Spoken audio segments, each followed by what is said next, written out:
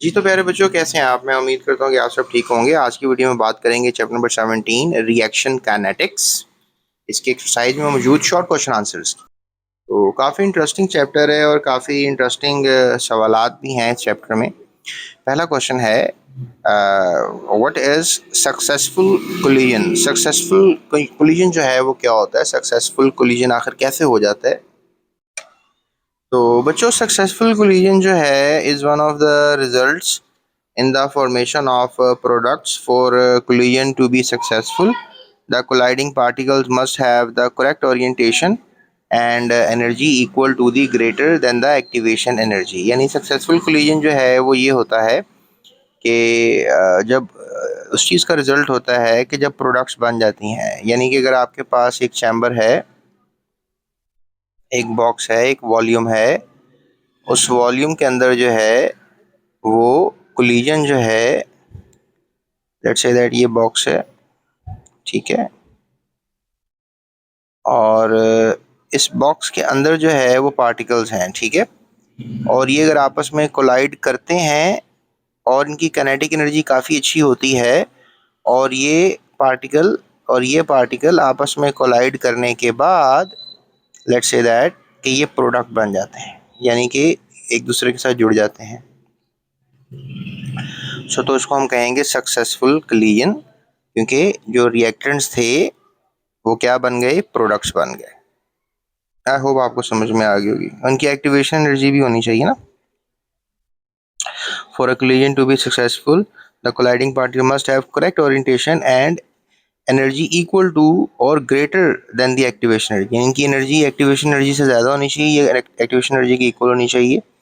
और इनकी जो ओरिएंटेशन है, ओरिएंटेशन का मतलब है कि अगर लेट्स से दैट अब ये पेन है तो इन दोनों की ओरिएंटेशन सही है, तो अब ये आपस में कोलाइड कर गए और ये देखें प्रोडक्ट बन गया। कैप बंद हो गया ना पेन का।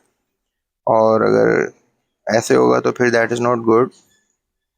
और अगर ओरिएंटेशन ऐसे होगी तो फिर देखो ये कोलाइड कर भी रहे हैं, एक्टिवेशन एनर्जी है भी है, लेकिन ये आपस में जो है वो प्रोडक्ट नहीं बना पाएंगे। तो ओरिएंटेशन का सही होना ज़रूरी है, ठीक है।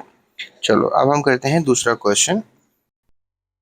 दूसरा क्वेश्चन भी काफ़ी इंटरेस्टिंग है। टोटल 10 क्वेश्चन हैं इस क्वेश्चन सीरीज के।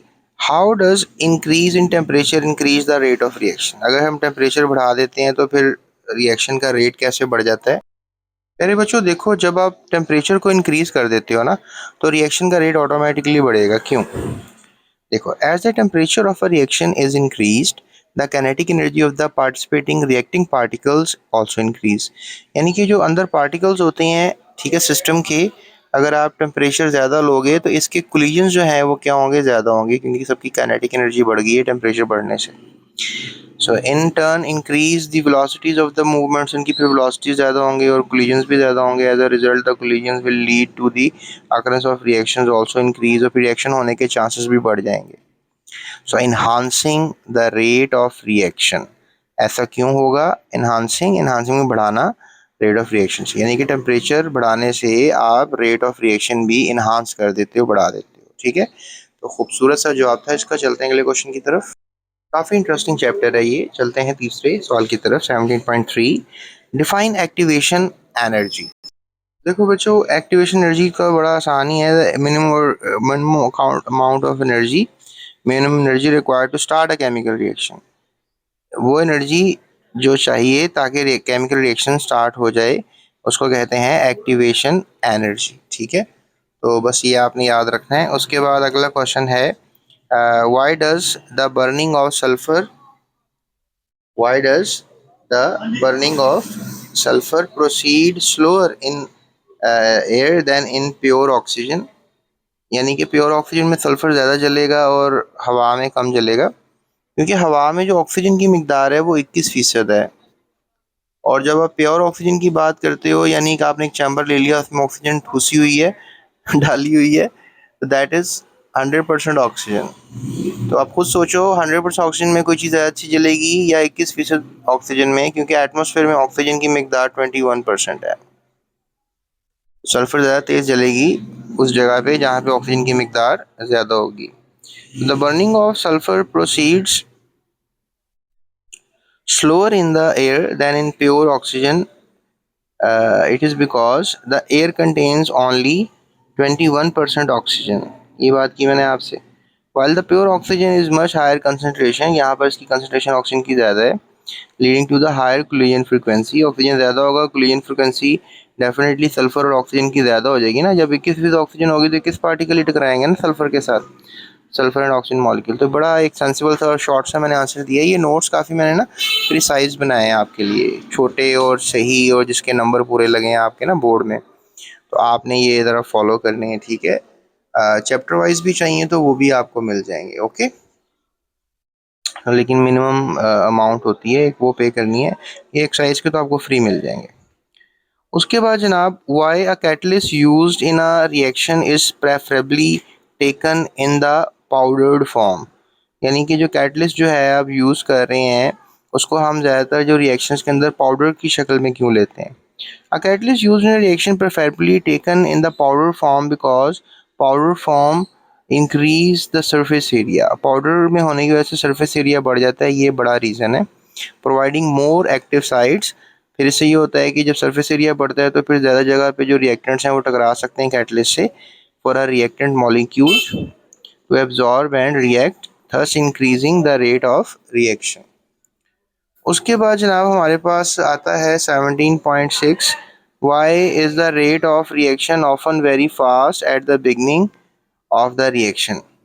यानी कि जो रेट ऑफ रिएक्शन है वो बहुत तेज़ होता है शुरू में, जब रिएक्शन स्टार्ट होता है ना. तो आप जब नान कबाब पड़े होते हैं, एग्जांपल ले लेते हैं ना, नान कबाब पड़े होते हैं तो आप शुरू में बड़ा तेज़ खा रहे होते हो ना, 2 कबाब उठाए, 2 नान उठाए और जल्दी जल्दी खा रहे होते हो. तो शुरू में रिएक्शन भी बड़ा फास्ट होता है क्योंकि रिएक्टेंट्स की तादाद बहुत ज़्यादा होती है ना. The rate of reaction is often very fast at the beginning, शुरू में of the reaction, because the start the concentration of reactant is greater. ये बात लिख दी ना कि कंसंट्रेशन ऑफ रिएक्टेंट्स क्या है, ग्रेटर है, which means faster the rate of reaction and more the chance of effective collision. और डेफिनेटली इफेक्टिव कोलिजन भी फिर क्या होगा, ज़्यादा होगा. चलें, आपने माशाल्लाह 6 सवाल मेरे साथ कर लिए, 7वां भी करते हैं. 17.7.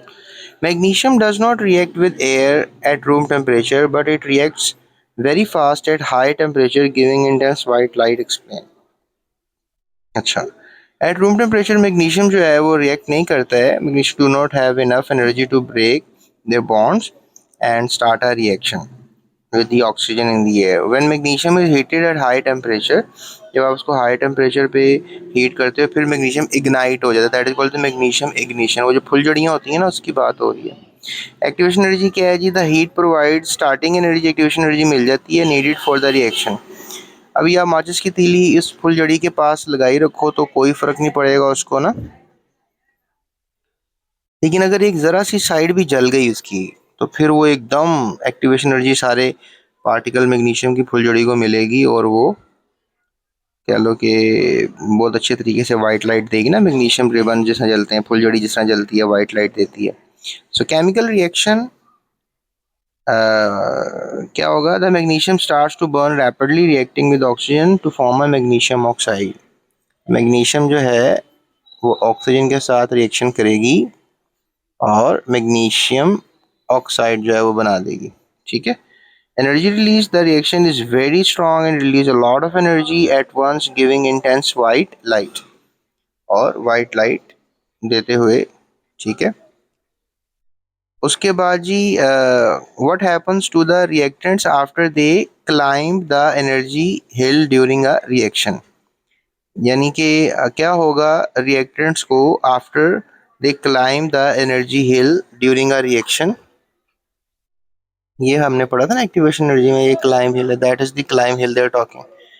In a chemical reaction, the energy hill is the amount of energy reactant must gain to actually change in something new.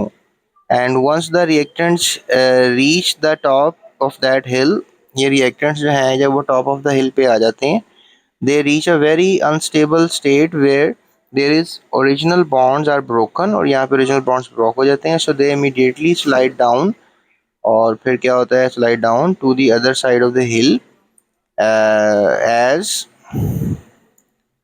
they do this, atoms rearrange themselves to a new bond and turn into products. यानी यहाँ पे ये सब reactants होते हैं, यहाँ पे products बन जाते हैं. ठीक है.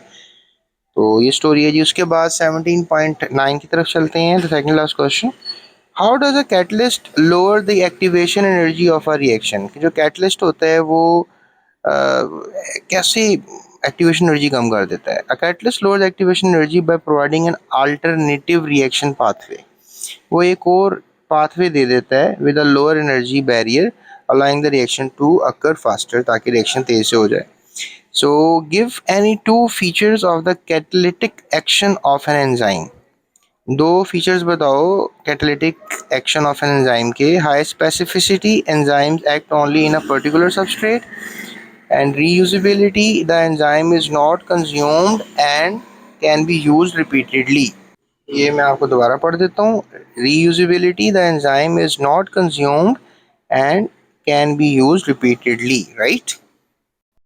तो जनाब ये थे हमारे short question answers. Next video में बात करेंगे कंस्ट्रक्टेड रिस्पांस क्वेश्चंस की और फिर इंशाल्लाह डिस्क्रिप्टिव की। Stay tune with the GS academy YouTube channel. और अगर आपको प्यारे बच्चों नोट्स चाहिए, ये नोट्स आपको मिल सकते हैं बिल्कुल माइनर सी अमाउंट पे करके। So that's it, thank you so much. अपना ख्याल रखिएगा, जाते चैनल को सब्सक्राइब कीजिएगा।